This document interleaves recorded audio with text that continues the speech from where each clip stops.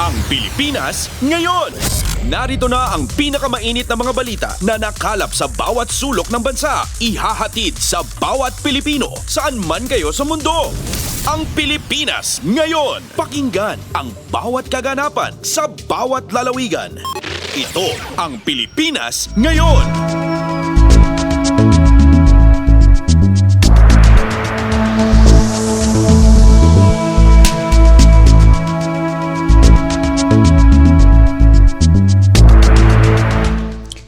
Magandang araw sa ating mga tagapakinig. Welcome po muli sa ating programang Ang Pilipinas Ngayon. Napapakinggan po ninyo saan man bahagi ng mundo sa pamamagitan ng ating himpilang Radyo Pilipinas World Service ng Presidential Broadcast Service. Napapakinggan po tayo sa Radyo Pilipinas World Service audio streaming sa inyong mga PBS receiver app at sa Radyo Pilipinas World Service official Facebook page at YouTube account. Ito po si Bea Gaza de Guzman. Samahan po ninyo ako sa kabuuan ng ating programa ngayong araw. Kapapalooban pa rin po ng mga panayam sa mga napapanahong issue at mga mahahalagang balita mula dito sa ating bansa. Kasama na ang mga ulat mula sa iba't ibang rehiyon ng Pilipinas, mga segmentong business, sports at showbiz. Antabayanan po at sasainin na sa ilang sandali ang kabuuan ng ating programang Ang Pilipinas Ngayon. Mga kaganapan sa Kamaynilaan at mga kalapit na lalawigan dito sa Ang Pilipinas Ngayon.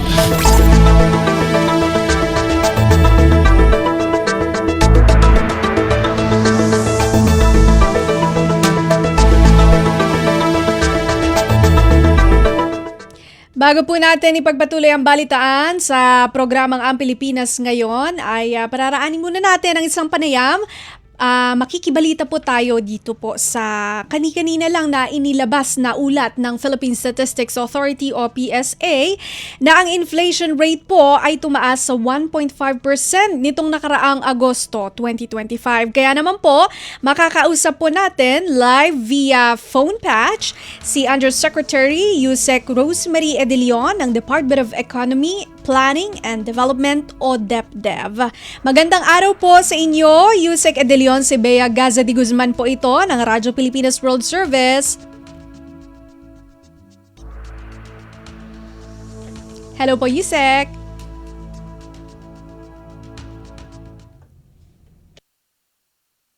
Hello, Yusek.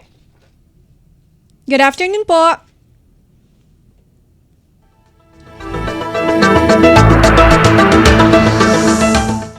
Okay, habang hinihintay po natin na ma-connect tayo kay Yusek, babalikan natin siya. Establish muna po natin ang ating communication line with Undersecretary Rosemary Edelion para makibalita po tayo dito sa inflation rate na tumaas nga ng 1.5% nitong August 2025, no? Pero bago po ang ating update, sige, tuloy muna natin ang ating balita dito sa programang Ang Pilipinas Ngayon. Nilinaw ng Malacanang na may sariling inisyatiba ang Anti-Money Laundering Council o AMLAC na magsagawa ng investigasyon hinggil sa mga anomalya sa likod ng mga flood control projects, partikular sa daloy at transaksyon ng pananalapi.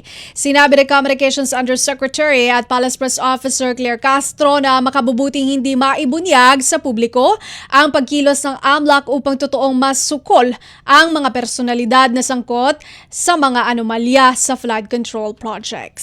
Ang AMLAC naman po kasi they can initiate an investigation.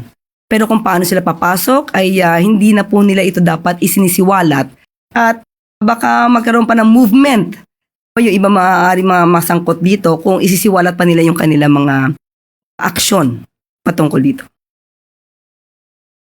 Palace Press Officer Undersecretary Claire Castro. Pasada ng mga balita mula sa Pilipinas para sa mga Pilipino saan man sa mundo.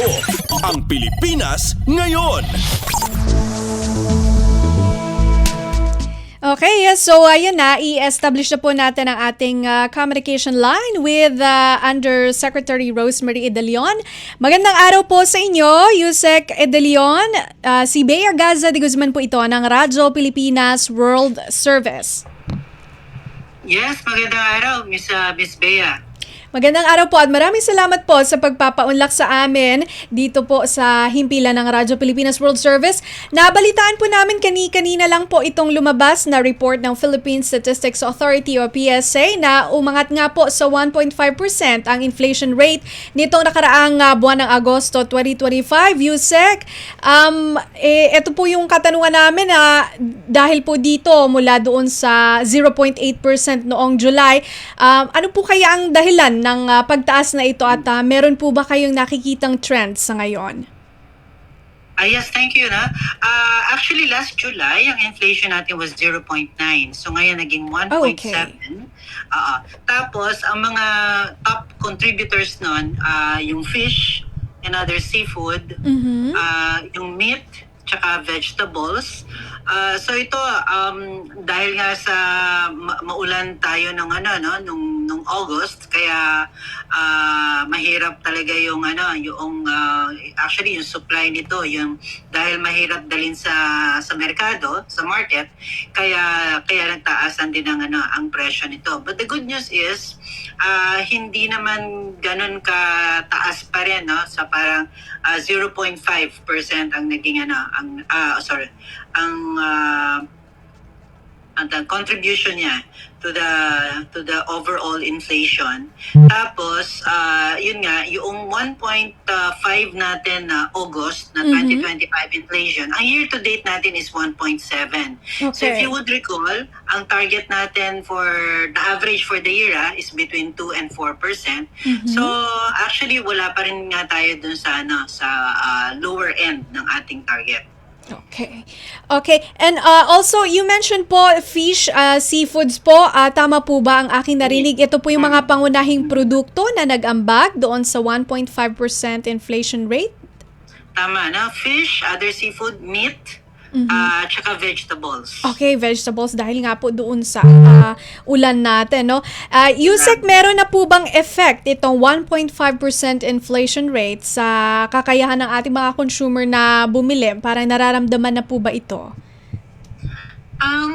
Itong 1.5, of course, kung compare natin sa July na mas mababa, then ibig sabihin talaga may konting pagtaas. So, ganun pa rin ang advice namin sa mga consumers, mamili ng mga mas mura na product at saka siguro ganitong nagtatag-ulan, mas maganda na meron ding konting may konting nakastock para hindi rin tayo masyadong mapapasubo sa mga mataas na na presyo, especially doon sa mga kaya naman na mag-stock. Yes. Ang isang good news piece of good news dito is kung ang i-compare natin yung consumer basket ng bottom 30%, negative pa rin yung inflation, so minus 0.6. Okay. Ang dahilan dyan kasi ang malaking weight sa basket ng bottom 30% is actually the rice, no? Minus 17.9% tayo na inflation on rice. Ibig sabihin bumaba yung price. 17 pala, minus 17.0. Okay. Bumaba na yung presyo mula sa mula sa August of 2024. Okay. Ayun. So, meron pa rin palang ibinaba as compared doon sa the same period of last year, August ng 2024. Okay. Ito naman po, Yusek De Leon, paano po mapapanatiling mababa o nasa 1% lamang, 1.5% ang ating inflation sa mga susunod na buwan? Meron po bang mga hakbang ang DepEd or ang Department of Economy, Planning and Development para rito? Yeah, actually ang merong maraming nagtatrabaho on this one, pero ang isang magandang what we are looking forward to in the coming days, yung initiative ng DA. Number 1, Okay. yung sa yung pag-roll out. Pag-roll out ng vaccine laban sa avian Eh, flu. Yes. Bale na ano na to, na-approve na ng na-approve ng FDA, so pwede na nilang i-roll out ito. Okay. Tapos syempre tuloy pa rin yung yung pag roll out din ng yung mga ASF vaccine natin. So at least makikita natin na magiging stable, sana nga mapadami pa yung supply nito sa market. And then ang isa pa is itong November maglo-launch ng command center ang Department of Agriculture. So yung command center na to, talagang kumbaga nandyan, meron silang makikita kagad na real-time data. Susundan nila yung food supply chain. Okay. Para noon, ma-improve nga rin yun, yung supply and demand forecasting nito.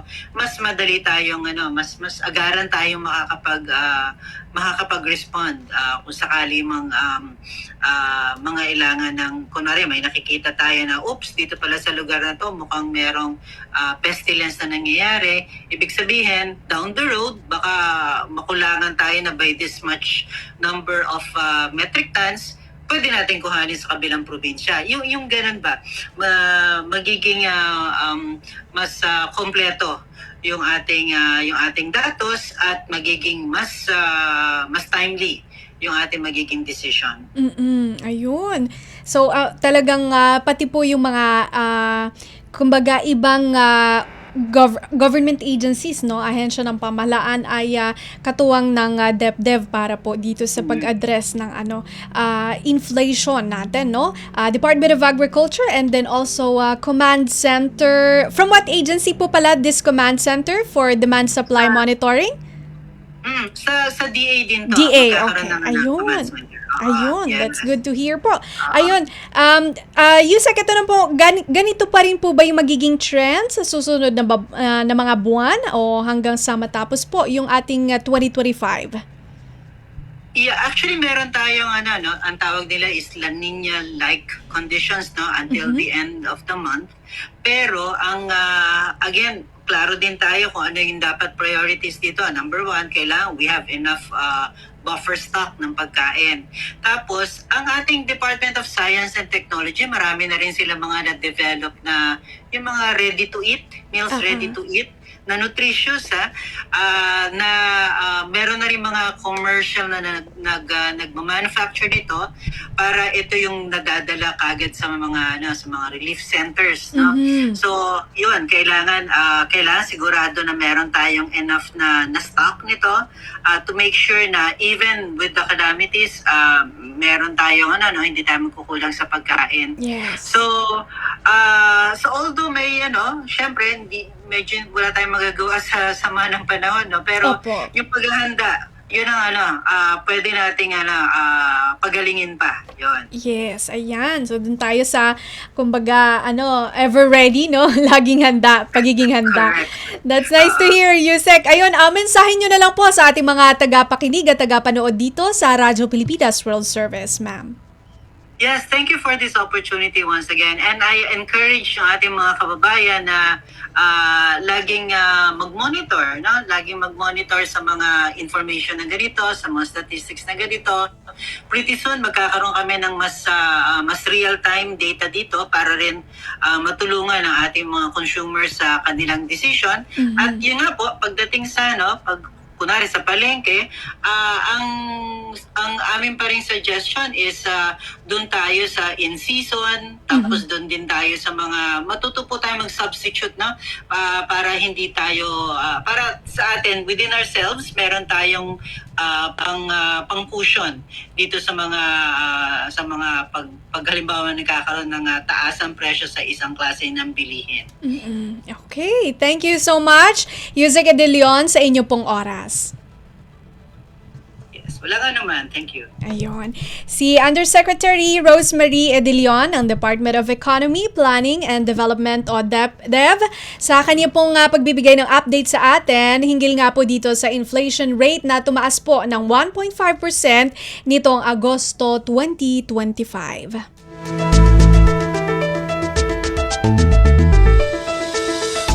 Sa pagpapatuloy po ng ating balitaan dito sa programang Ang Pilipinas Ngayon, National Bureau of Investigation o NBI tutulong sa investigasyon ng kontrobersyal na flood control project. Maghulat si AJ Ignacio.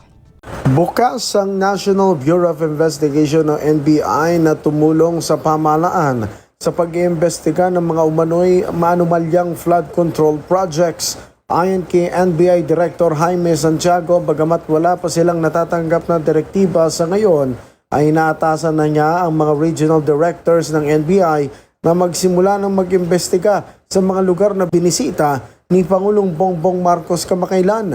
Ito ay bilang paghahanda sa oras na kailangan o hingin ng anumang ahensya ang tulong ng NBI para magsagawa ng investigasyon. Pakinggan natin ang pahayag ni NBI Director Jaime Santiago. Well, kami, yung motto proprio namin yun. Whenever asked, kayo, mag-imbestiga kayo. Sir, meron na. Yung ganon, yun ang maaga pa ko eh. Hindi pa man na kami inutusan ko na ang aking Deputy Director, si Director Pagatpat, na mag-start na. Mag-issue na ng order to our regional directors. Lahat po yung binisita ni Pangulong Marcos ay tumulong na sila sa pag-iimbestiga independently or in collaboration with the investigators. Babala pa nito ang NBI ay apolitical at lahat ay iimbestigahan nila at handang kasuhan kahit sino pa ang masagasaan.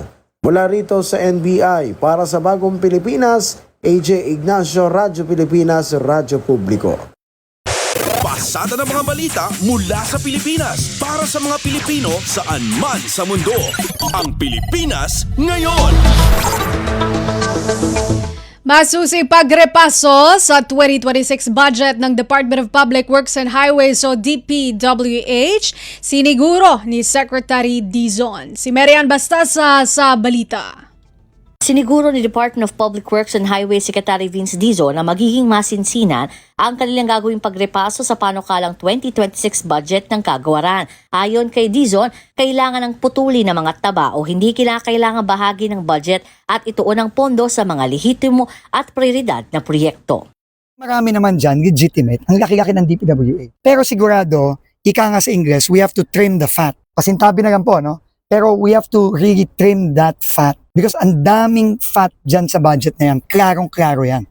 Anya, tama ang naging desisyon ni Pangulong Marcos Jr. na iparipaso ang budget ng DPWH para masiguro ang tamang paggamit ng pondo ng bayan. Una nang sinabi ng kalihim na katuwang ang DBM ay sisikapin nilang matapos ang pagsusuri sa budget sa loob ng 2 linggo. Para sa Bagong Pilipinas, Marian Bastasa, Radyo Pilipinas, Radyo Publiko. Kumpleto, detalyadong balitaan, di papahuli sa mahahalagang kaganapan. Kamustahin ang inang bayan, ang Pilipinas Ngayon. Kailangan muna ng masusing review at pagsusuri sa 2026 National Expenditure Program o NEP. Ani Communications Secretary Claire Castro, ito ay upang matiyak kung mayroong ngang mga dapat ayusin, lalo na sa alegasyong mayroong ibang mga ahensya ang sangkot sa budget insertions. Ngayon po, kailangan lang tignan. Hindi pa po natin masasabi na talagang mayroong mga anomalyang naisingit. Si Palace Press Officer Undersecretary Claire Castro. Pasada ng mga balita mula sa Pilipinas para sa mga Pilipino saan man sa mundo. Ang Pilipinas Ngayon. Samantala, dapat magkusa na ang ibang ahensya ng pamahalaan sa pagsuri ng mga proyektong paglalaanan ng pondo sa 2026 National Expenditure Program o NEP ayon kay Communications Undersecretary Claire Castro. Ang ulat mula kay Raquel Bayan. Mainam kung magkukusa na rin ng ibang departamento ng pamahalaan na silipin ng mga proyektong paglalaanan ng pondo sa ilalim ng 2026 National Expenditure Program. Pahayag ito ni Communications Undersecretary Claire Castro kasunod ng utos ni Pangulong Ferdinand Marcos Jr. na busisiin muli ang DPWH budget sa ilalim ng 2026 NEP. Kasunod ng impormasyon na mayroon pa ring insertion dito. Sa press briefing sa Malacanang, sinabi ng opisyal na magandang sa simula pa lamang makita na kung ano ang mga dapat maisaayos pondos at upang agad na maalis ang mga isiningit o yung mga proyekto na dapat maalis sa budget. Paliwanag ni Jose Castro, handa naman si Pangulong Ferdinand Marcos Jr. na ipag-utos rin ng pag-review sa budget ng ibang departamento kung kakikitaan rin ng insertions ang mga ito. Sa kasalukuyan, nakasusunod pa niya sa timeline ng pagdinig sa budget at hindi pa naman nangangamba ang palasyo sa pagkakaroon ng reenacted budget para sa 2026. Siguro sa ganitong klase na nakikita, mas maganda na rin na ibang mga ahensya, tignan din nila kung ano yung nai-report nila at baka nga mayroong naisingit sa proposal nila na hindi na dapat maisingit. Mula sa Malacanang para sa Bagong Pilipinas, Racalbayan, Radyo Pilipinas, Radyo Publiko. Kumpleto, detalyadong balitaan, di papahuli sa mahahalagang kaganapan. Kamustahin ang inang bayan, ang Pilipinas ngayon. Kamara kumpiyansang matatapos sa itinakdang schedule ang pagtalakay sa panukalang 2026 national budget. Si Kathleen Forbes sa balita. Tiwala ang Kamara na matatapos itong talakayin sa itinakdang schedule ang panukalang 6.793 trillion 2026 national budget. Ito ay kahit pa may hiling ang mga mambabatas na repasuhin ang panukalang pondo ng DPWH at ilang panahensya na kinakitaan ng questionable at mangled na budget entries. Ayon kay House spokesperson Attorney Princess Abante, tuloy-tuloy naman ang pagdinig ng House Appropriations Committee at nagpahayag na ang mga political party leaders at kanilang miyembro na handang magtrabaho kahit lumagpas pa sa kanilang takdang oras. Kahit si House Deputy Speaker Ronaldo Puno, kumpiyansa na matatapos nito on time ang deliberasyon ng panukalang pondo. Kahit pa niya magsagawa ang DPWH ng pagrepaso sa panukalan nitong pondo, ay tiyak naman siyang papasok ito sa itinakdang schedule ng Kamara upang maaprubahan ang General Appropriations Bill. Target na mababang kapulungan na mapagtibay ang GAB bago ang break ng Kongreso sa October 10. Para sa Bagong Pilipinas, Kathleen Forbes, Radyo Pilipinas, Radyo Publiko. Pasada ng mga balita mula sa Pilipinas para sa mga Pilipino saan man sa mundo. Ang Pilipinas ngayon. Hiniling na Malacanang sa taong bayan na huwag gumamit ng dahas at magtiwala sa legal na proseso. Kaugnay pa rin ito ng pagresolba sa issue ng flood control projects. Nauna nang iniulat na sumugod ang ilang mga disaster survivor at environmental groups sa compound ng mga diskaya sa Pasig, kung saan nagbato ito ng mga putik at nag-spray paint ng salitang magnanakaw sa gate ng St. Gerard Construction. Hindi po na naisin ng Pangulo na ganito ang mangyari. Sabi nga po ng Pangulo, sinusunod po natin ang due process.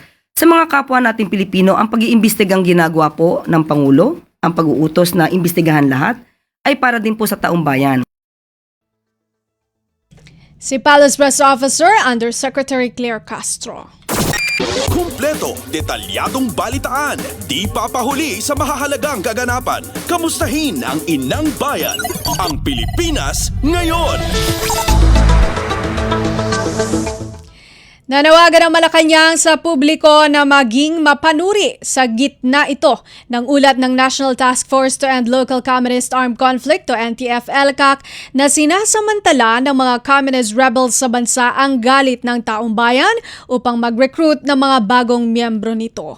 Tiniyak naman ng Malacanang na minomonitor ito ng pamahalaan at walang dapat ikabahala ang ating mga kababayan.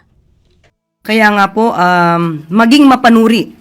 Yan po ang request natin at panawagan natin sa lahat ng kababayan natin, kabataan man o mga mature na mga katulad natin. Mag-isip po tayo dahil hindi po ito nadadaan sa dahas. Si Palace Press Officer Undersecretary Claire Castro. Pasada ng mga balita mula sa Pilipinas para sa mga Pilipino saan man sa mundo. Ang Pilipinas ngayon. Parusang kamatayan isinusulong sa Senado. Narito si Nympha Asuncion.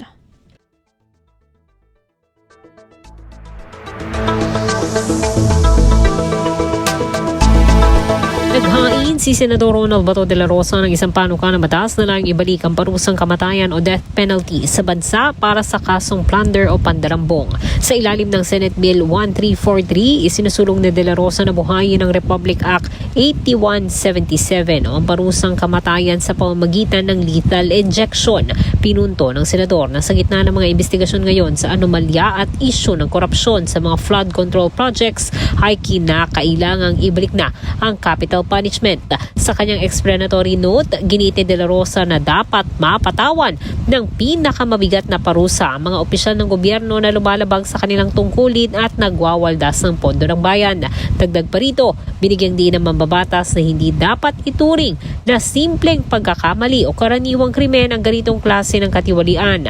Matatandaan kabilang sa top 10 priority bills ni de la Rosa para sa 20th Congress ang pagbabalik ng death penalty para naman sa malakihang drug trafficker. Mula Senado, para sa Bagong Pilipinas, Nimfa Asuncion, Radyo Pilipinas, Radyo Publiko. Pasada ng mga balita mula sa Pilipinas para sa mga Pilipino saan man sa mundo. Ang Pilipinas ngayon. Business group sa bansa na nawagang tuldukan na ang korupsyon sa bansa. Si Melanie Valdos Reyes sa report. Mariing kinundina ng 30 business group sa bansa ang nagpapatuloy na kaso ng korupsyon sa Pilipinas.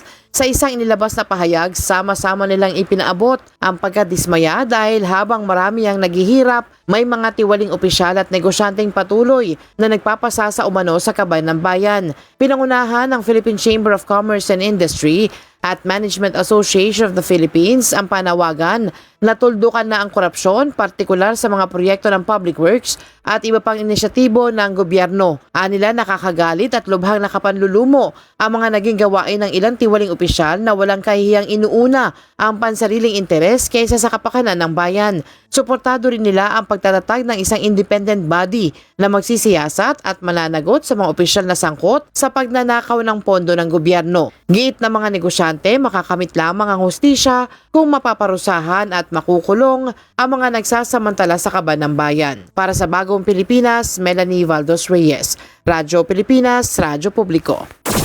Kumpleto, detalyadong balitaan, di papahuli sa mahahalagang kaganapan. Kamustahin ang inang bayan, ang Pilipinas ngayon. Itutuloy pa rin ng Kamara ang lifestyle check kay Herbert Matienzo sa kabila ng pagbitiw nito sa pwesto bilang Executive Director ng Philippine Contractors Accreditation Board o PCAB. Ayon kay Deputy Speaker Zambales 1st District Representative J. Kong Hoon, ang pagbibitiw sa pwesto ay hindi nangangahulugang iniiwasan ang accountability o pananagutan.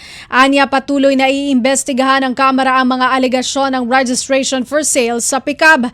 Determinado naman ang Kamara na isulong ang mas malalim na mga reforma sa proseso ng accreditation para matuldukan ang katiwalian sa mga kontrata sa infrastruktura. Pasada ng mga balita mula sa Pilipinas para sa mga Pilipino saan man sa mundo. Ang Pilipinas ngayon. Natapos na ng Commission on Elections o COMELEC ang pag-imprenta sa mga official ballot para sa kauna-unahang BARM parliamentary elections. Ayon kay COMELEC Chair George Garcia, nasa 2.2 milyong balota ang naimprenta para sa BARM elections sa October 13. Kabilang sa natapos na balota ay para sa Basilan, Maguindanao del Sur, Special Geographic Area at Tawi-Tawi. Target naman na matapos sa susunod na linggo ang pagbeberipika sa mga balota para sa Maguindanao Norte at Lanao del Sur. Binigyan din naman ni Garcia ang kahalagahan ng pagbeberipika sa mga balota para matiyak na tama ang pagbasa rito ng automated counting machines. Maaari namang bisitahin ng mga botante ang COMELEC website para tingnan ang itsura ng mga balota, gayon din ang mga pangalan ng mga kandidato sa kani-kanilang lugar. Kumpleto, detalyadong balitaan, di papahuli sa mahahalagang kaganapan. Kamustahin ang inang bayan, ang Pilipinas ngayon. Asahan na ang pagtaas sa presyo ng lahat ng produktong petrolyo sa susunod na linggo base sa monitoring ng Department of Energy, Oil Industry Management Bureau o DOE-OIMB. Sa panayam ng Radyo Pilipinas, Radyo Publiko kay DOE-OIMB Assistant Director Rodela Romero, sinabi nitong maglalaro sa piso ang dagdag sa kada litro ng gasolina, piso at 40 sentimos na dagdag singil naman sa kada litro ng diesel, habang 80 sentimos naman ang posibleng dagdag sa kada litro ng kerosene. Iniuugnay ang inaasahang sirit sa presyo ng mga produktong petrolyo sa ipinataw na sanctions ng Estados Unidos para sa revenue slim ng Iran at ilan pang export issues ng Saudi Aramco. Tumaas siya ng $1 tapos po na mag-impose si United States ng sanction na ang tina-target niya po yung revenue stream ng oil ng Iran. Una po yun. Second po, si Saudi Aramco tsaka yung Iraq State Oil Marketer, tinigil po nila yung pag-export sa India refinery na under din ng EU sanction. And third po, nag-intensify yung airstrike sa Russia at sa Ukraine.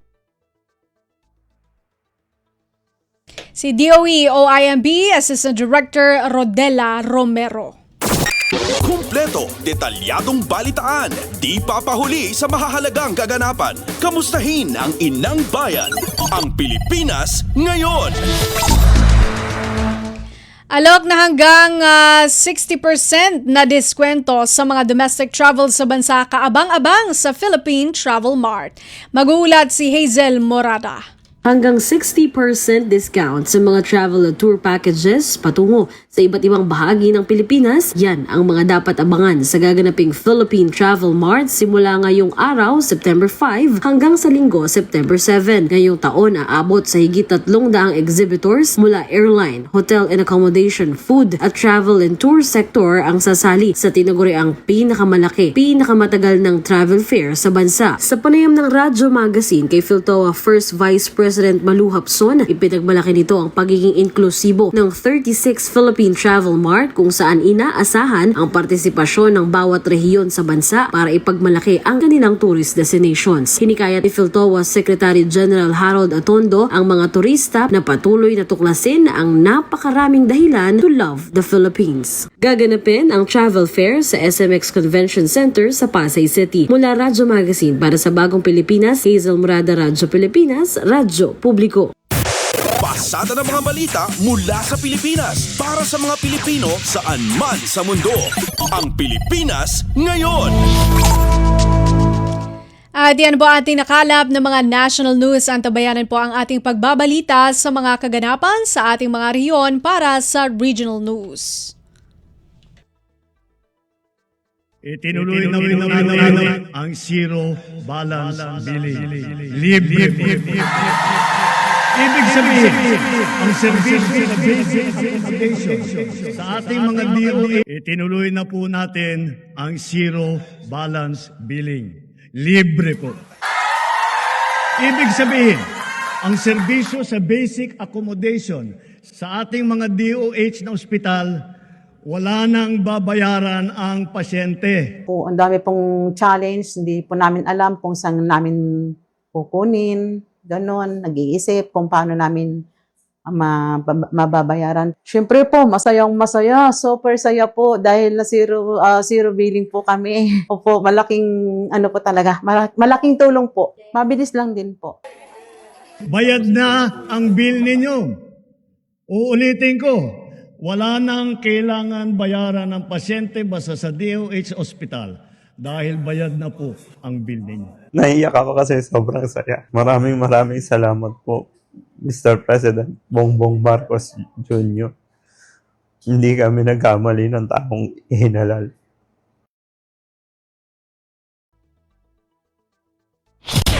Balita mula sa lalawigan sa bawat rehiyon ng ating bayan.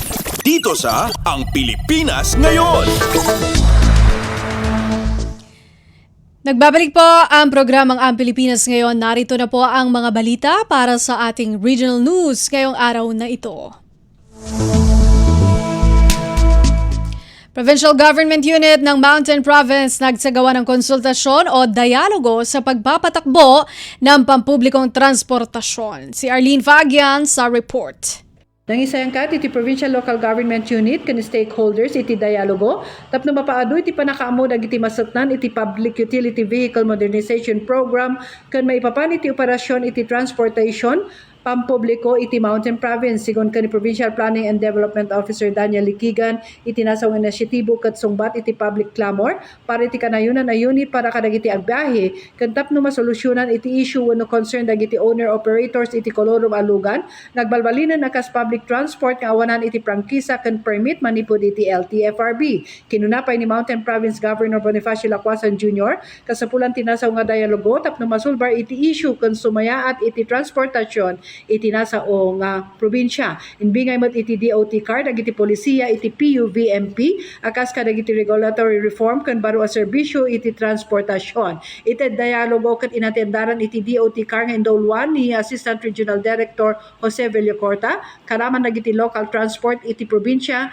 opisyales iti Mountain Province kan dumapay nga stakeholders. Manipod iti Bontok Arlene Fagian para iti RP World Service.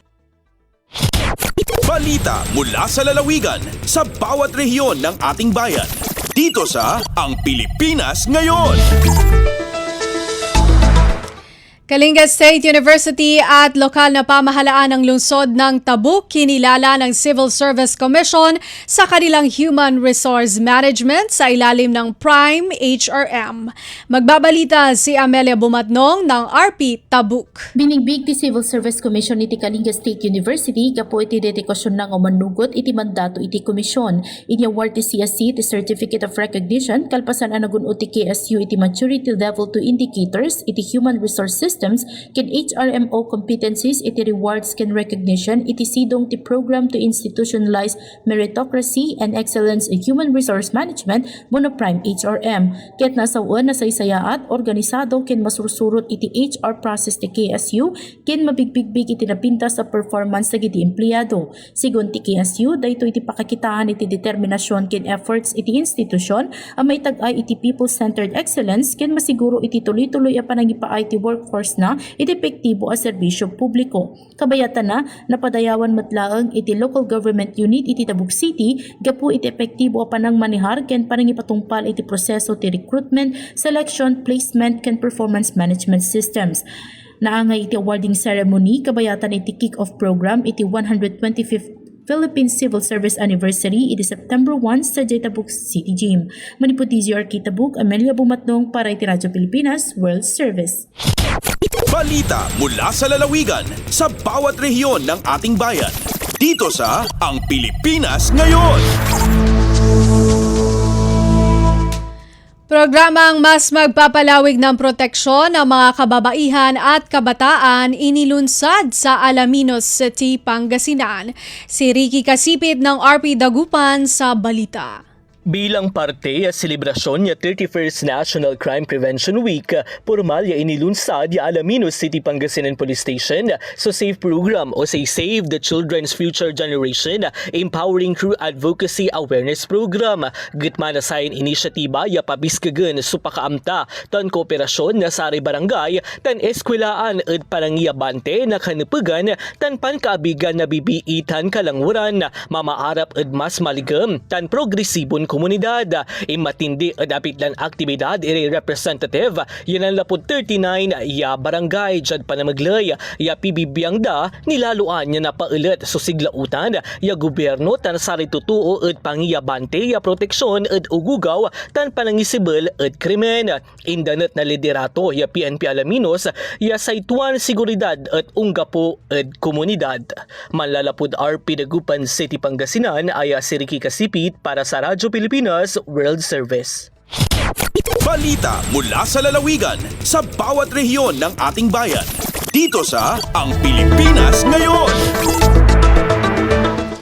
Department of Labor and Employment o DOLE Batangas na mahagi ng livelihood packages sa mga magulang ng child laborers. Ang detalye mula kay Mara Grezula ng RP Lucena. Namahagi ng livelihood packages ang DOLE Batangas sa 27 magulang ng child laborers mula sa iba't ibang lungsod at bayan sa Batangas. Ayon sa pabatid ng tanggapan, kabilang sa ipinamahaging livelihood packages sa Batangas City ang snack station, printing, nego cart, eatery, vegetable retailing, fishing tools, breakfast, food hub at wet market. Bago ang aktibidad sa Batangas City, nagsagawa rin ang DOLE ng distribusyon ng tulong pangkabuhayan para sa mga piling magulang ng child laborers sa Lipa City, Calaca City at Taysan. Ang mga benepisyaryo ay mula sa listahan ng mga na-profile na child laborers sa ilalim ng Child Labor Prevention and Elimination Program na isinagawa ng DOLE Community Facilitators. Kasunod nito, isinagawa ang assessment upang matukoy ang pangangailangan ng mga pamilya bago ang pamamahagi ng tulong. Layo ng programa na makapagbigay ng alternatibong pagkakakitaan sa mga pamilya upang hindi na mapilitan ang mga batang sumabak sa mapanganib na trabaho. Isa rin itong hakbang ng DOLE upang makamit ang layuning maging child labor-free ang bansa. Mula sa Lucena, ito si Mara Grezula para sa Radyo Pilipinas World Service. Balita mula sa lalawigan sa bawat rehiyon ng ating bayan. Dito sa Ang Pilipinas Ngayon. Isang Balawenyo kinilalang outstanding coconut farmer sa rehiyong Mimaropa. Magulat si Miriam Basig ng RP Palawan. Ingtawan-dangag bilang coconut farmer sa Mimaropa Region ang Palawenyong si Gabriel Alba, Barangay Pangubilian, Brooks Point, Palawan. Kilalata na sa darep-dadek kontribusyon sa industriya aglubian, labirinda nged sa pagpapasulong iyang matinlong serbisyong pang-agrikultura. Katabida saan ang naging kontribusyon ang pagpiyar imang kinlaman saan ang kaparyong maglulubi para sa mas matas nga patubas ing pagprogreso ang komunidad. Ing paabot ang dangagedya pagi sa 2025 Coconut Industry Sustainability o COINS Award. Natabudya diyang Setyembre 2, kadangani ang 39th National Coconut Celebration sa the Western Manila. Mi tema ang selebrasyon nga lubi bulawan sa kabubukidan agatid ipangarubuyan igsarandigan sa pagprogreso ang banwa. Alindigi sa Puerto Princesa, Palawan, siya si Miriam Tejada Basig para sa Radyo Pilipinas World Service. Balita mula sa lalawigan sa bawat rehiyon ng ating bayan. Dito sa Ang Pilipinas Ngayon. Mga persons deprived of liberty o PDL sa Northern Samar tumanggap ng tsinelas mula sa gobyerno probinsyal. Narito ang report ni Charmaine Perito ng RP Kalbayog. Maabot 107 kapares sa tsinelas ang gindistribuer sa mga persons deprived of liberty PDLs sa Allen Sub-Provincial Jail, Northern Samar. Labaw san pagkamayada tsinelas, katuyuanan sa aktibidad nga igpahinumdum sa mga PDLs nga importante paghihapon ang ira kamutangan o dignidad sa sosyedad. Partiluwat ini san pagsuporta sa era rehabilitasyon o pagbalik sa pilo san gobyerno. Ginsiguro san gobyerno probinsyal sa Northern Samar ngagpapadayon ang mga makatawo og inklusibong nga programa para sa nga tanan nga Nortehanon lakip adton aada sa sulod san correctional facilities. Tikang sa Radyo Pilipinas Kalbayog, Charmaine Perito, Radyo Pilipinas World Service. Balita mula sa lalawigan sa bawat rehiyon ng ating bayan. Dito sa Ang Pilipinas Ngayon. Pamahalang lungsod ng Tandag, pinangunahan ang paglilinis ng Tandag River sa ilalim ng River Care Program. Mag-uulat si Nerissa Espinosa ng RP Tandag. Gipangunahan sa lokal nga panggamhanan sa Tandag City ang river cleanup operation kagahapon adlaw isip pa si unang aktibidad sa umaabot nga kapiyastahan sa syudad karong Setyembre 10 ilawom sa pagdumala sa City Environment Natural Resources Office o City Enro. Nahimong kabahin usab kini sa ilang river care program nga magpabiling malimpyo ang suba sa Tandag. Gipartisiparan kini sa nagkadaiyang sektor gikan sa mga ahensya sa sa gobyerno, sa pribado, sa mga kababainan ug mga opisyales ug lumulupyo sa unom ka mga poblasyon barangays, ang Barangay Mabwa, Tilahi, Bagong Lungsod, Bungtod, Dagukdok ug San Agustin Sur. Sa malimpyo nga suba makabenepisyo ang komunidad ug makatabang sa ekonomiya sumala pa. Gikan sa RP Tandag kini si Nerissa Espinosa alang sa Radyo Pilipinas World Service. Balita mula sa lalawigan sa bawat rehiyon ng ating bayan. Dito sa Ang Pilipinas Ngayon.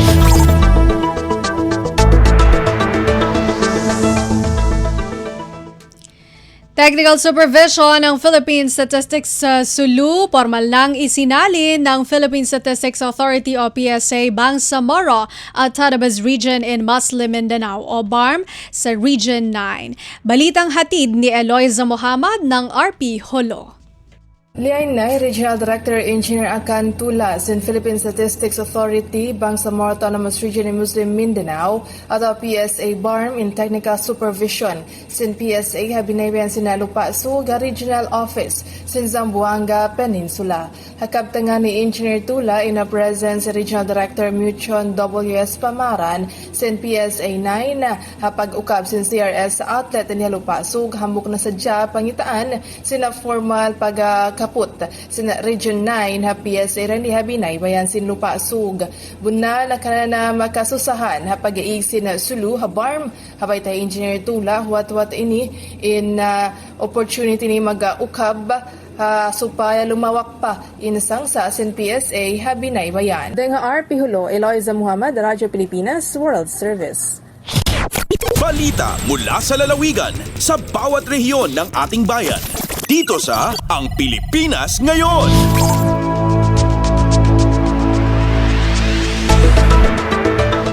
At narinig po ninyo ang mga balita mula po sa iba't ibang lalawigan dito sa Pilipinas sa pamamagitan po ng Regional News. Susunod po ang ating balitang negosyo at kalakalan at balitang pampalakasan mula kay Leo Magpayo sa pagbabalik po iyan ng programang Ang Pilipinas Ngayon makalipas ang ilang mga paalala. Garantisadong solusyon at aksyon ang handog sa iyo ng bagong Pilipinas Presidential Action Center. Sundin lang ang mga sumusunod para makakuha ng appointment.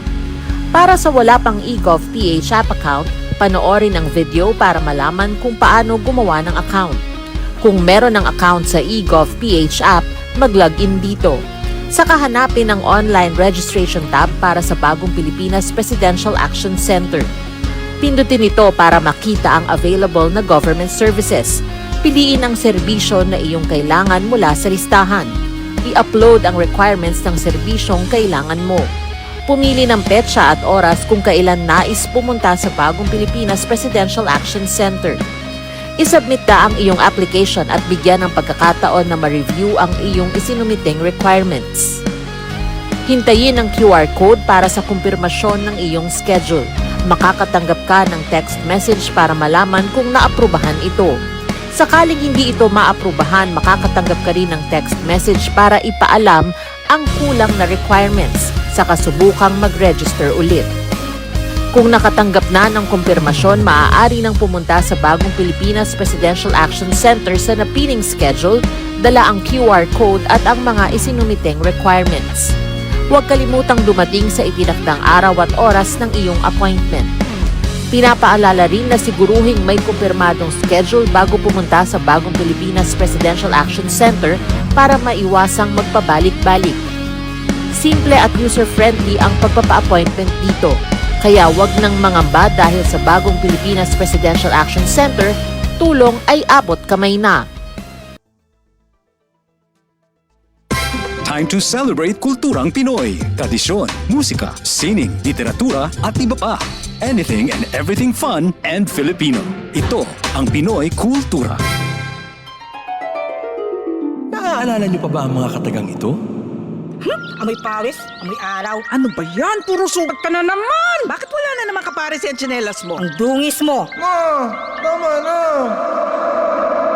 Ayos lang, di ba? Masaya naman tayo naglalaro sa kalye ng sipa, patintero, agawang base, habulan, jolen, trumpo, text, at marami pang iba. Some Filipino games just show how creative we are. All we need are players and nothing else. Ang saya balikan ng ating kabataan. Kain, Tulog. laro, laro, at laro. O ano, game na? Pagkabilang kong 3, nakatago na kayo! Yan ang Pinoy kultura because our culture is cool. Lagay ng ekonomiya, kalakalan, negosyo at iba pa. Atin ang alamin dito sa Ang Pilipinas Ngayon.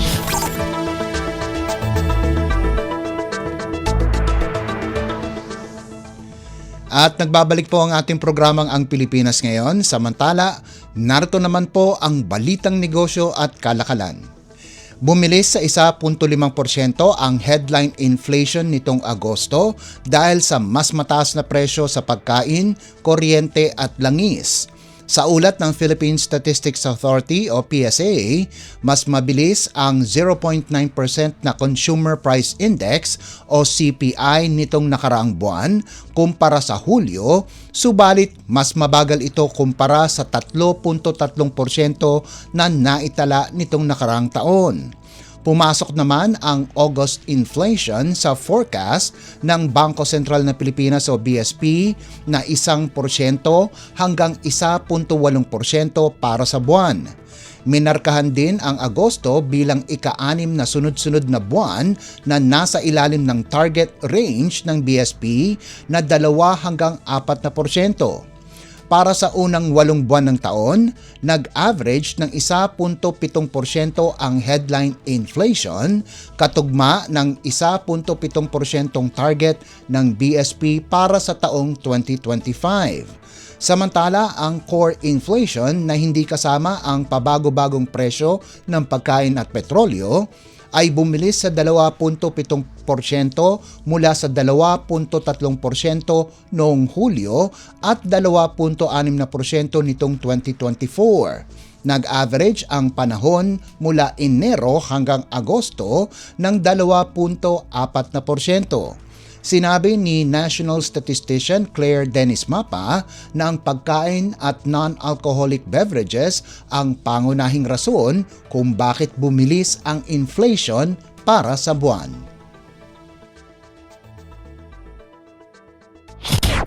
Lagay ng ekonomiya, kalakalan, negosyo at iba pa. Atin ang alamin dito sa Ang Pilipinas Ngayon.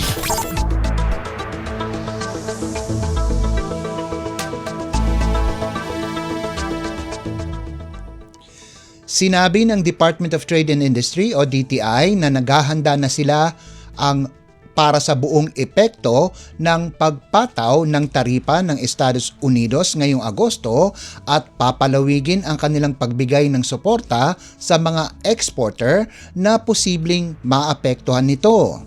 Kabilang sa tulong na ibibigay ng DTI ay ang paghahanap ng panibagong merkado at mapadali ang pagsasaayos ng panibagong kalakalan.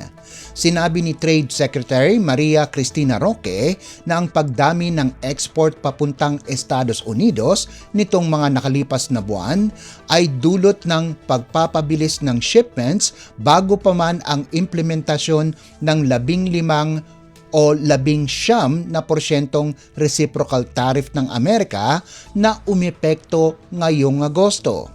Base sa Philippine Statistics Authority o PSA, sinabi ng DTI na napanatili ng merchandise export ang pagtaas ng kanilang kalakal sa 7.34 na bilyong dolyar.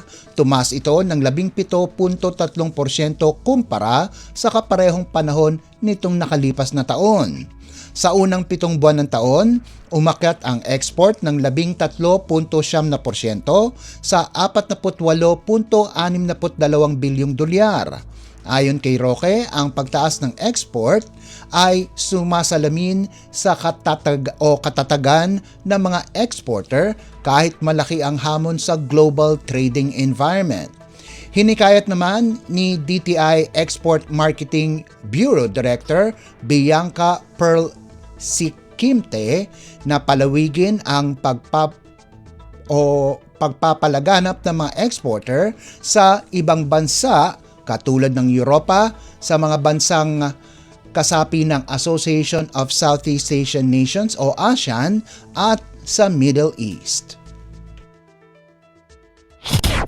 Lagay ng ekonomiya, kalakalan, negosyo at iba pa. Atin ang alamin dito sa Ang Pilipinas Ngayon.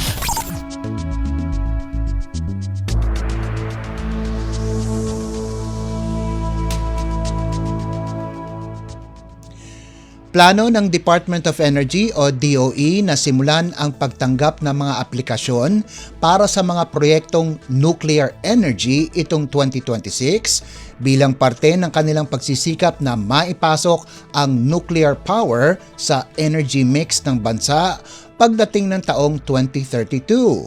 Sa isang panayam, sinabi ni Energy Secretary Sharon Garin, ito ay para bigyan ng ang mga tagapagtaguyod ng oras para makapaghanda bago ang 2032 target. Sa ilalim ng Philippine Energy Plan, layunin ng bansa na maisama ang nuclear energy sa power mix na may hindi bababa sa 1,200 megawatts na kapasidad pagdating ng 2032, doble nito sa 2,400 megawatts pagdating ng taong 2045 at 4,800 megawatts pagsapit ng taong 2050. Para masiguro na tama ang paggamit ng nuclear energy, sinabi na nagsimula na silang magpulong sa mga environmental impact nito. Nag-organisa ang Nuclear Energy Program Interagency Committee o NEP-IAC sa pangunguna ng DOE sa pamamagitan ng kanilang Subcommittee 5 ng technical workshop para sa mga ahensya ng gobyerno upang talakayin ang environmental regulations para sa mga nuclear power plant facility projects. Sa isang pahayag, sinabi ni DOE Legal Services Director Myra Fiera Roa na layunin ng workshop ay matugunan ang mga natitirang balakid, palakasin ang mga gamit at siguruhin na ang Environmental Compliance Certificate applications ay matutugunan hindi lamang ang regulatory compliance kundi pati ang tiwala ng publiko at scientific integrity. Samantala, sinabi ni Garin na ang feasibility study ay gagawin ng Korea Hydro and Nuclear Power Company Limited, kasama ang iba pang South Korean partners na KEPCO KPS, isang subsidiary ng Korea Electric Power Corporation at Doosan Heavy Industries and Construction para sa rehabilitasyon ng Bataan Nuclear Power Plant o BNPP na inaasahang makukumpleto sa Pebrero taong 2026.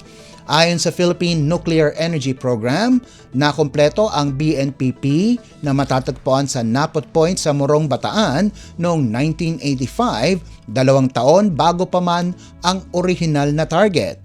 Ang dalawang pangyayari na People Power Revolution at ang Chernobyl accident noong 1986 ang nagdulot ng desisyon na isantabi ang BNPP. Lagay ng ekonomiya, kalakalan, negosyo at iba pa. Atin ang alamin dito sa Ang Pilipinas Ngayon.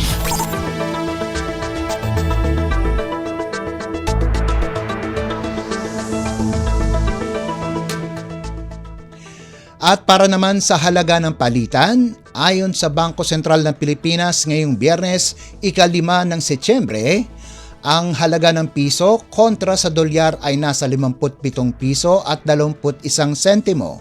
Ang Japanese yen naman po ay nagkakahalaga ng 39 na sentimo. Ang Singaporean dollar ay nasa 44 na piso at 36 na sentimo. 4 na sentimo naman ang won ng South Korea at nagkakahalaga ng 8 piso at 1 sentimo ang isang yuan ng China. Sa iba pang palitan, ang Hong Kong dollar ay nagkakahalaga ng 7 piso at 33 sentimo. Ang British pound naman ay katumbas ng 76 na piso at 86 na sentimo.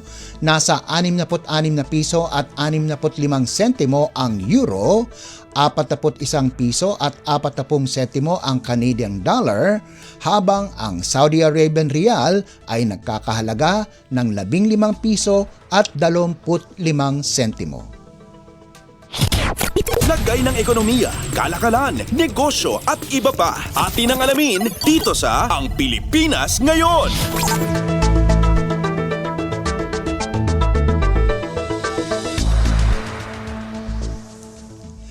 At yan po ang ating balitang negosyo at kalakalan. Samantala, antabayanan nyo naman po ang ating segmentong Sports Balita. Yan po sa pagbabalik ng ating programang Ang Pilipinas Ngayon, pagkalipas lang po ng ilang paalala. Paano nga ba mag-register para magkaroon ng schedule sa Bagong Pilipinas Presidential Action Center? Narito ang mga dapat gawin. Gamit ang iyong mobile device, pumunta sa eGov.ph app. Pwede itong i-download mula sa Apple App Store o sa Google Play Store. Gumawa ng account. Ilagay ang email address, valid mobile number, pagkatapos ay makakatanggap ka ng one-time code sa iyong email. Gamitin ang code sa eGov app para sa verification ng iyong account at ng mga impormasyong ibinigay. Congratulations! Meron ka ng eGov.ph app account. Pwede mo na ma-access ang iba't ibang serbisyo ng gobyerno kabilang ang mga serbisyo sa Bagong Pilipinas Presidential Action Center. Paliwanag mo sa tao na hindi totoo yan. Dahil ang totoo, yung totoo ang dapat ninyong malaman. Nagkalat sa internet ang fake news o mali at fake news. Tinatapon niyo yung tao. What they are doing is creating panic. We say no. Yung pagkalat ng fake news. And some of it's dangerous.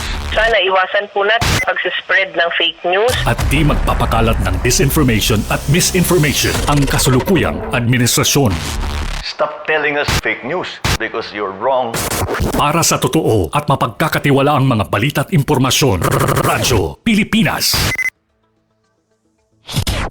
Updates at pinakahuling mga usapin sa mundo ng palakasan. Atin ang pakinggan dito sa Ang Pilipinas Ngayon.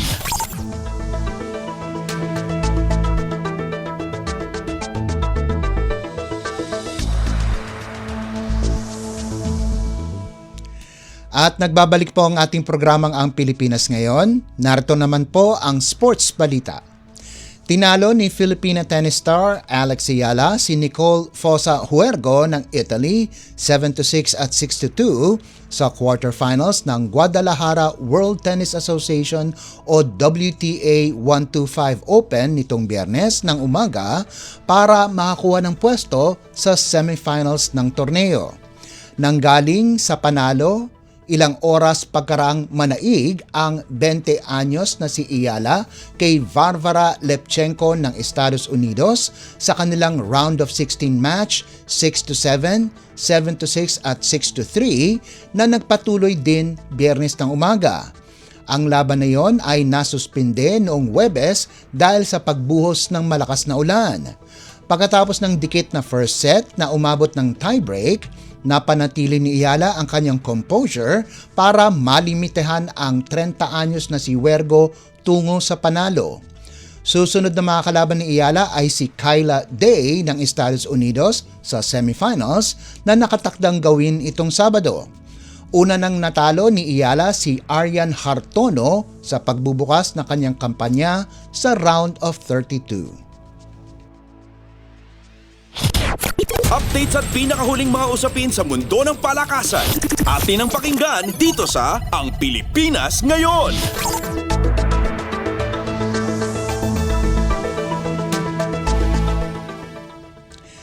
Kinapos ang Gilas Pilipinas Youth laban sa Bahrain 79-66 sa qualification round for the quarterfinals ng FIBA Under-16 Asia Cup sa Mongolia na ginanap nitong Huwebes. Ito ang kauna-unahang pagkakataon sa kasaysayan ng torneo na hindi nakapasok ng quarterfinals ang Pilipinas. Dehado ang Gilas sa halftime, 42-37, subalit lumayo ang Bahrain sa third period, kung saan mas maraming puntos ang nagawa ng Bahrain 20-13 para umabot sa 12 puntos ang kalamangan nito papasok sa huling quarter. Nagtangkang bumawi ang Gilas Youth at nagawang lumapit sa 72-66. Wala ng 2 minuto ang nalalabi sa laban, subalit sumagot ang Bahrain ng 7-0 run para selyuhan ang panalo. Pinangunahan ni Mohamed Adel Abdullah ang Bahrain sa natipon nitong 22 puntos habang sina Ali Hussein Mohamed, Hussein Fuad Musa Sharaf Gulom at Hassan Oshobuge Abdul Kadir ay nagdagdag ng tig 15 puntos bawat isa. Si Luisito Joel Pascual ang bukod-tanging Gilas player na nakagawa ng double figures na 10 puntos habang nag-ambag ng 9 na puntos si Justin Halyare. Tinapos ng Pilipinas ang torneo na may 1 panalo at 3 talo. Bago nito, ang pinakamababang pagtatapos ng Pilipinas ay noong 2022 edisyon kung saan nagtapos ang koponan sa ika-7 pwesto. Updates at pinakahuling mga usapin sa mundo ng palakasan. Atin ang pakinggan dito sa Ang Pilipinas Ngayon.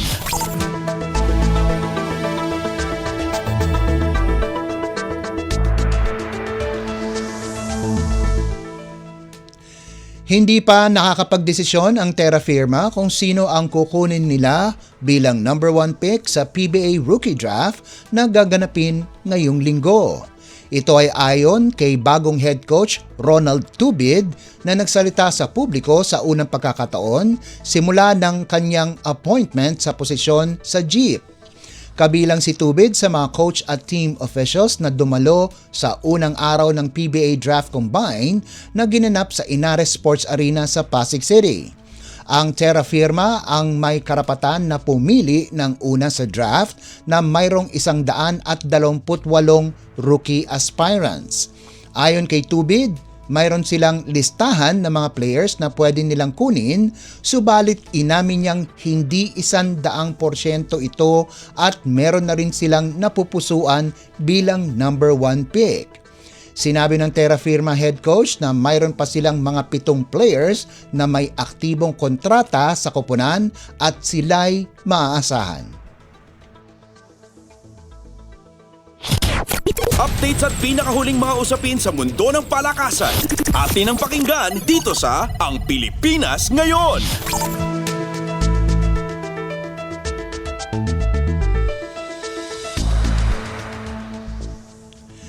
At bilang pangwakas sa ating segmentong sports balita, inamin ng bagong head coach ng National University Lady Bulldogs na si Regine Diego na kailangan ng koponan ng karagdagang trabaho na gawin at dapat maniwala sila sa sarili nila na kaya nilang depensahan ang kanilang titulo sa UAAP Women's Volleyball Tournament.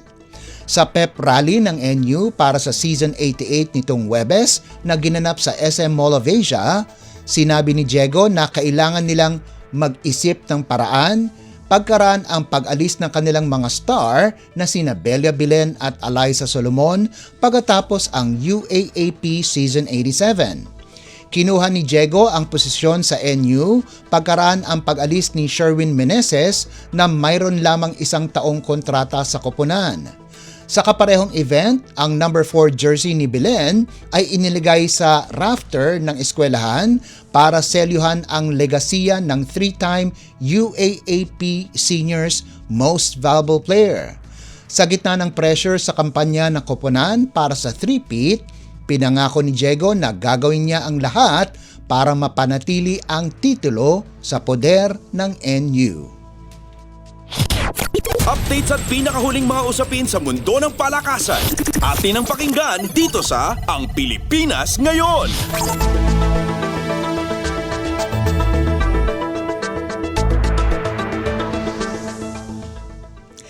At yan ang pinakahuling balita sa larangan ng palakasan. Ito po si Leo Magpayo. Samantala, susunod naman po ang ating segmentong Balitang Artista na ihatid sa inyo ni Mama JT. Yan po sa pagbabalik na ating programang Ang Pilipinas Ngayon, pagkalipas lang ng ilang paalala.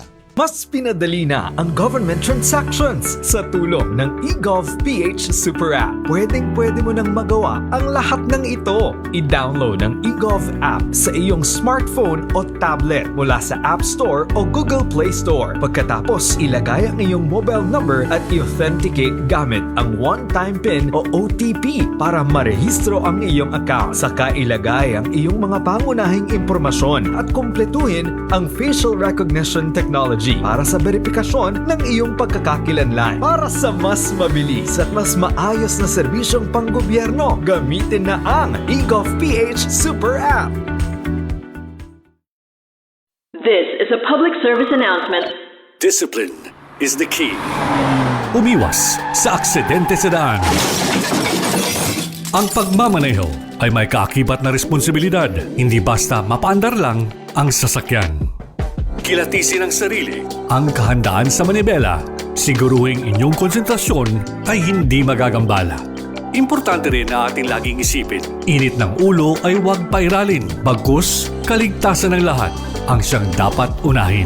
Isang mahalagang paalala mula sa Presidential Broadcast Service at Radyo Pilipinas, Radyo Publiko 738.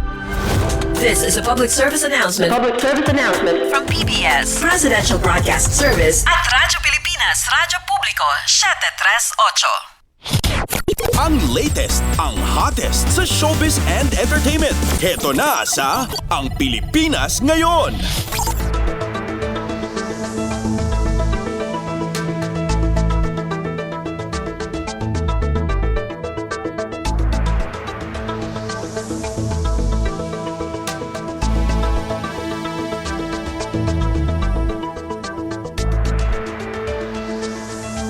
Nagbabalik po ang ating programang Ang Pilipinas Ngayon at halo magandang araw sa ating mga chismoso at chismosa nag-aabang ng mga trending na balita sa mundo ng showbiz. Ito na ang ratsyada ng ating mga chika.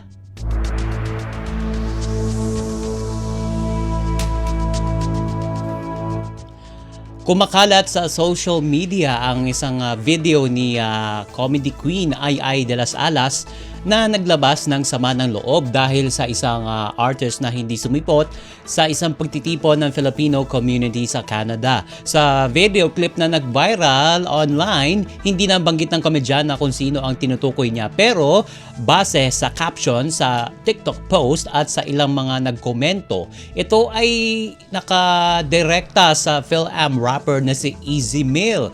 Bungad nga ni Ai, hindi pwede daw yung ganon na kapag nag-oo na sa isang event, hindi na pwede nang mag-no show. Hindi pwede raw yon at hindi raw yon palalampasin ni Ai at galit pa niyang hirit tapos no show ka na, ikaw pa yung naninira sa Facebook.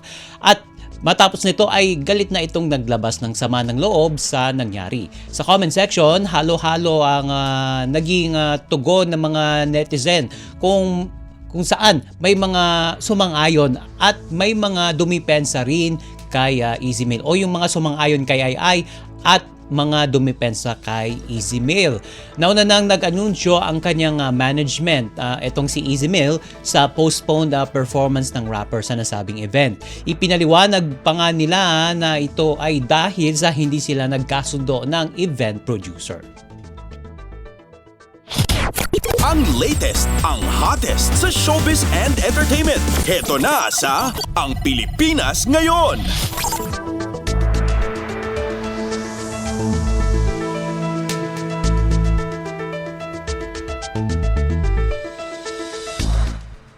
Samantala ay siniwalat ng actress na si Angel Aquino na naging biktima ito ng isang pornographic video na produkto ng artificial intelligence o AI. Kabilang si Angel sa mga inimbitahan bilang resource person ng Senado kaugnay nga ng naturang issue na pinamumunuan nga ni Senator Risa Hontiveros. Ayon kay Angel, ginamit ang kanyang mukha sa isang malaswang pelikula. At isang kaibigan daw niya ang nagsabi na mayroon itong deep fake na pornographic movie. At sinabi nito na nais niyang o nais niyang masuka nang makita niya o malaman ang ginawang pambabastos sa kanya ng ilang creator online laban sa kanya. At sa nasabing pagdinig din ang sikat na vlogger na si Queen Hera na sinabing anak naman niya ang naging biktima sa social media platforms nang gamitin din ang larawan nito sa kalaswaan. Ang latest, ang hottest sa showbiz and entertainment. Heto na sa Ang Pilipinas Ngayon.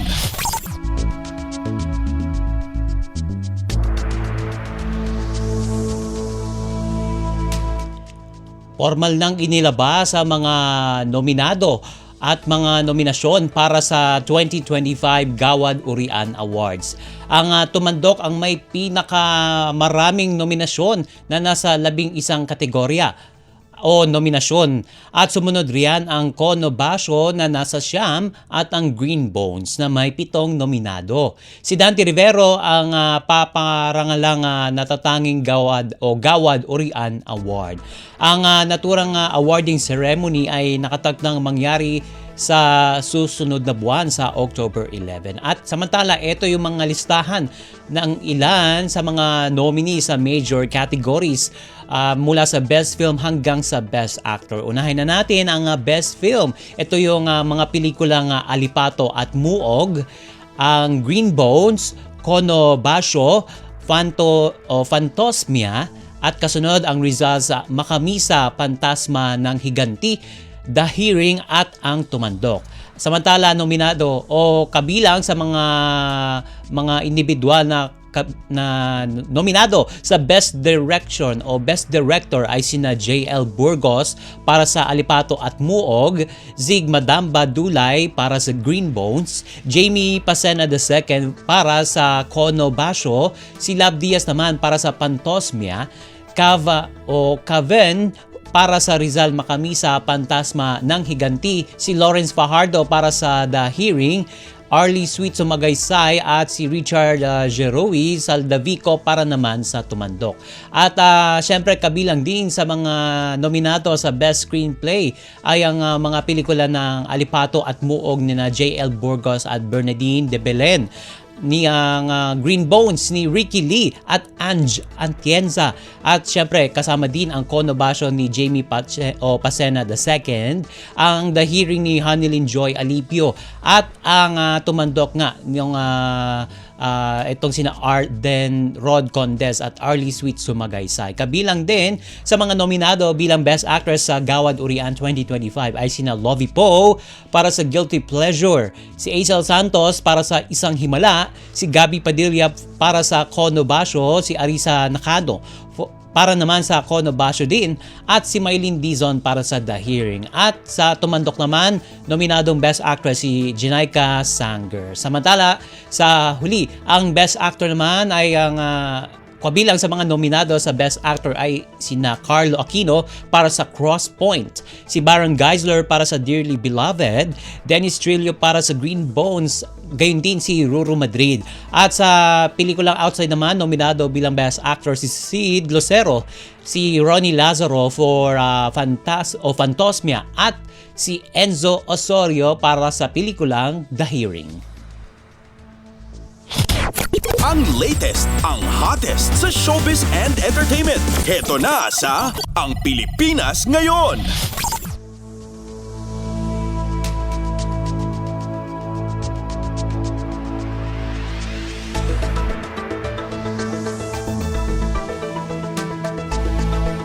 And OMG, wala na tayong sapat na oras para sa ating balitang artista. Maraming salamat mga ka-chismis sa pagkinig sa aking mga chika for today.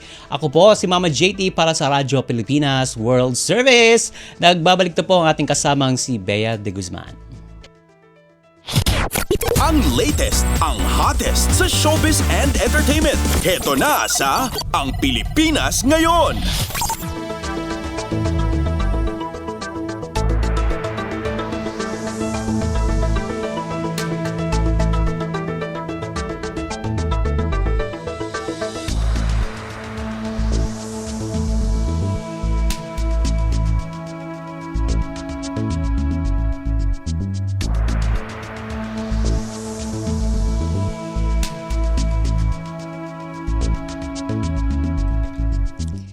At yan po ang kabuuan ng ating programang Ang Pilipinas Ngayon. Maraming salamat sa ating mga nakasama sa technical side kina Milo Junela, Susan Aison, Anthony Pimentel, Hiro Lucero at Justin Osia sa ating Warcast.